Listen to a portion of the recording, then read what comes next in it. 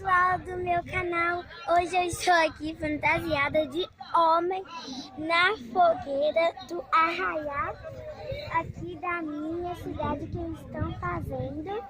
E eu só vim aqui para falar para vocês deixarem seu joinha, se inscreverem no canal e não deixarem os comentários, tudo bem? E essa é minha amiga Vitória, que é minha prima Vitória.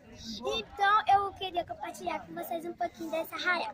Vamos para arraiá, pessoal! Tchau!